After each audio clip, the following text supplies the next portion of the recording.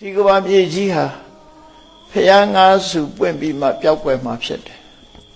အခုဖျားလေးစုပွင့်ပြီးသွားပြီတစုပွင့်ပြီးတိုင်းမြေသားဟာတယုဇနာလောက်မြင့်တက်လာတာဖြစ်တယ်ဒါကြောင့်မို့ရှေးအောင်ပစ္စည်းတွေပြန်တူးဖော်ရတာ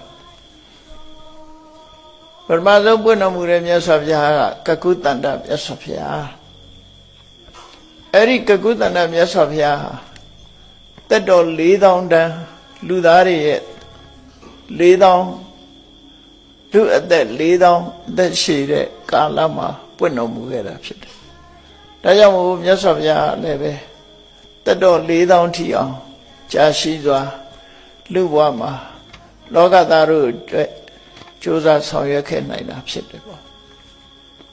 ထိုကကုသန္တမြတ်စွာဘုရားရဲ့အသိဉာဏ်ပွင့်လင်းရာသဗ္ဗညုတဉာဏ်တော်ကြီးပွင့်လင်းရာဘောဓိပင်ကတော့ကိုယ်ကိုယ်ပင်ပဲဖြစ်တယ်ကိုယ်ကိုယ်ဘောဓိမှာဘုရားဖြစ်သူရောက်သွားတယ်သို့တော်ဒီကနေ့ခေတ်ကိုယ်ကိုယ်ပင်ကိုဗဒ္ဒကဘာကြီးမကွဲခင်တောင်မှပဲမြေပြင်ပေါ်မှာပေါက်နေတဲ့ဘောဓိကိုယ်ကိုယ်ပင်တွေကိုဘောဓိပင်လို့လူတွေကအသိမှမပြုကြတော့ဘူးလမ်းဘေးမှာအရေးရတစ်ပင်ဖြစ်လမ်းဘေးမှာအရေးရတစ်ပင်ဖြစ်စိုက်ပြီးတော့ထင်းခုတ်ပြီးတော့စိုက်နေကြပြီဘောဓိပင်ဖြစ်ကရွှေလျောသွားတယ်လို့ဆိုရမှာဖြစ်တယ်ဒီကဘာမြေကြီးပေါ်မှာပွင့်ပေါ်ခဲ့တဲ့မြတ်စွာဘုရားပဲဗဒ္ဒကဘာဆိုတာ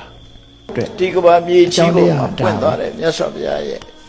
ကိုယ်ကိုယ်ဘောဓိလူသက်တန်းဟာတက်လိုက်ကြလိုက်4000တန်းကနေစနစ်တန်းထိအောင်ရောကျသွားပြီးတဲ့အခါတခါလူသက်တန်းတွေပြန်တက်လာပြီးအသင်္ချေထိအောင်လူတွေဟာ